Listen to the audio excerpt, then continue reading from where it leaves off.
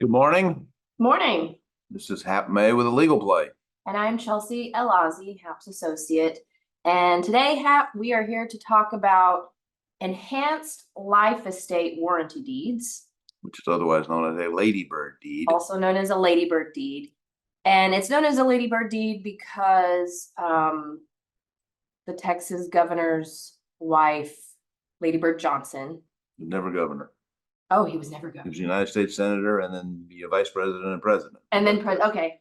I don't know if that's why. I don't know if that's why it's called ladybird deed or not. Have you I done actually, that? Okay. I know, maybe I don't know a lot about Lady Bird Johnson and the president, apparently. But I do know a lot about Ladybird deeds. And the reason they're called Ladybird deeds is because Lady Bird Johnson, I don't know why she was called, I think she liked birds. That was his pet name for her. Yeah, Ah. it wasn't actually her name. Okay. She used one of these deeds to transfer property to her daughter. Okay. And I guess she was Linda Bird. yeah. I think it was her name. Yes. Linda Johnson. And I guess Linda Bird Johnson was the daughter of. I had two daughters. See, I don't know enough about the actual people. Well, you have to have actually been, alive in the 1960s to remember. I guess that tells my age. But for the listeners' purposes and for people who actually need to come to us for legal issues, it's not important how much I know about political history and the people involved. What's important is that we know how ladybird deeds work. Yes. And securing your rights under them. But yes, the first lady used one of these deeds to transfer property to her daughter. And I guess because she was a famous person that actually used it, the name kind of just stuck. Okay. But recently we had a case where a client of ours came and the grandmother had passed. And there was 1 month where before her passing, grandmother executed a ladybird deed, an enhanced life estate warranty deed to her daughter for her house, saying, okay, I, grant my house to you. And then the daughter took off, left the state, and granddaughter stayed living with grandmother, taking care of grandmother, while she was sick and dying of cancer. And grandmother thought, hang on, why wouldn't I leave, the house to my granddaughter who's going to be living here and needs a place to stay and has been taking care of me. So she then executes another enhanced life estate warranty deed on behalf of the granddaughter. And then there was a dispute between the mother and daughter after grandmother passes. Yes. And granddaughter took the deed and did the affidavit of heirship and said, I'm the current deed holder. The house is now mine. And mom comes back and is like, whoa, I have the first deed, which is where we get into the kind of the difference between this ladybird deed and a regular warranty deed. Right. Normally, if in that example, grandmother had given the deed to her daughter, the mom of our client in this example, she's deeded it out, doesn't have anything more.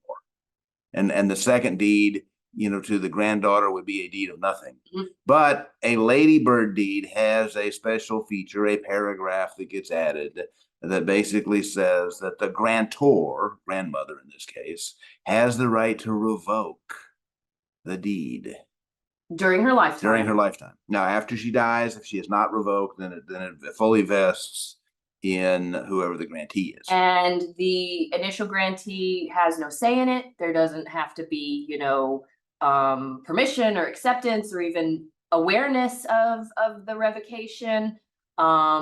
And the revocation can come in usually two ways. You can either file an official revocation in the property records and say, I hereby revoke this deed.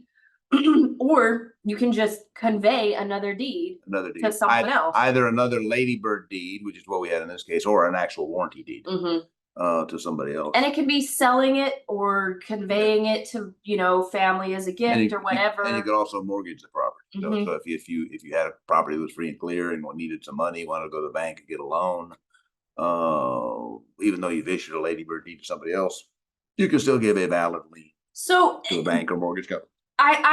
In researching this to represent our client in this case, I actually became a fan of Ladybird deeds. They are quite genius. They had, okay, I'm sure Lady Bird Johnson would be happy to know that there's a fan club still today. Yes. No, they're actually pretty nifty. I mean, in trying to prepare for this case, I wanted to come in with all the case law and statutory law I could. There's no Texas statute that says, these exist and these are valid. It's just it's a deed. It's a type of contractual or even a testamentary that they. It's a revocable deed during the grantor's lifetime, and its primary purpose is if you have somebody that doesn't have much of an estate, they may just have their house, and this is a way of avoiding the probate process. Yes.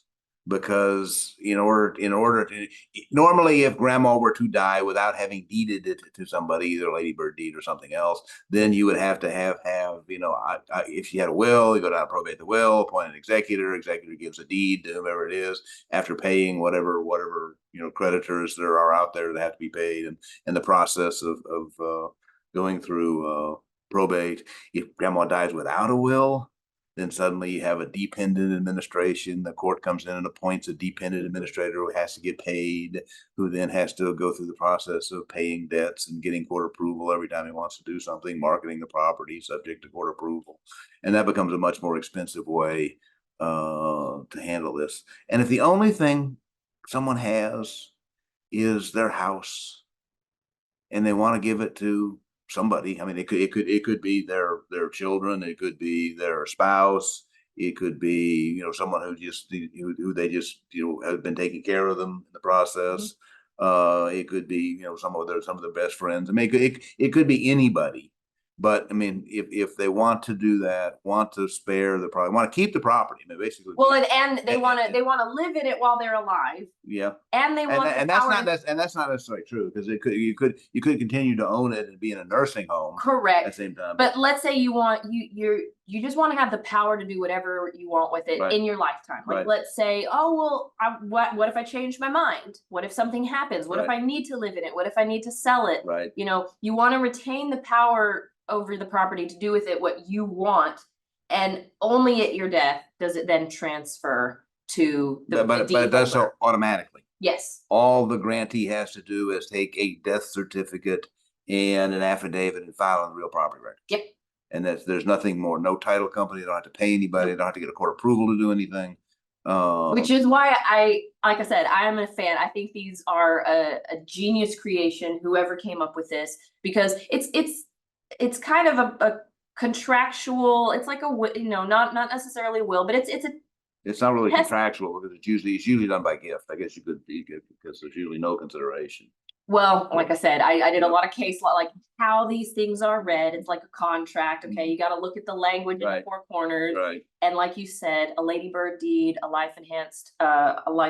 enhanced life estate warranty deed, has language in it in the four corners that says, the grantor is allowed to live in it if they want, during their lifetime. Sell it, mortgage it, convey it, transfer it, revoke it. It's got the language in there, so it's read like a contract. But because it's not a creation of statute, it's treated sort of like it's treated almost like a will, that it's revocable. It's like, on my death, I want this to happen, but while I'm alive, I can revoke it and do whatever I want with it. And there are many states that have this. Not all states allow this. So if you're not in Texas, you may need to check local statutes or state statutes or state statutes or law. So because it's not really a statute even in Texas, but see what the law is in the various states that you might want to convey a property this way in the process. Now, this is subject to abuse. I mean, somebody who's on their deathbed can, sign, and not fully capacitated can sign a deed, which would create some problems. I mean, these things could be turned over because of undue influence. By turned over, the deed to some grantee could be set aside if there was undue influence. exercised upon the grantor, and that sometimes comes where one child will lock mom away and not let the other children see them or something like that, and get mom to sign something in the process, or if mom or grandmother, or it could be grandfather. I don't limit by gender here, but if they don't have full capacity, Yeah. such that then these things can be And set this aside in the this was process. not the case, for our client. But yeah, nobody raised that issue. No, Greg, as far as we are aware, they have to be notarized. And we had the notary who had full recollection of the execution of the deed. Right. And she said grandma was lucid and clear-headed, and no one seemed to be, pressuring her to sign anything. So And the other thing we mentioned, it needs to be notarized and recorded. And Recorded. by recorded, I mean filed in the county real property record, so the world is on notice of the fact that the grantee has an interest. Yes. And we checked all of those boxes here. Right. It just happened that the mom who had the initial deed was just not too happy that it had been revoked and just wanted to fight it. But that's the wonderful thing about labor deeds is if you're the property owner and you hold the power to revoke, you can do it anytime you want. Yes, until you die. Until you die. So those are labor deeds. All right. This is Hap May with a Legal Play. Thanks, Hap. And if you liked this, please like and share.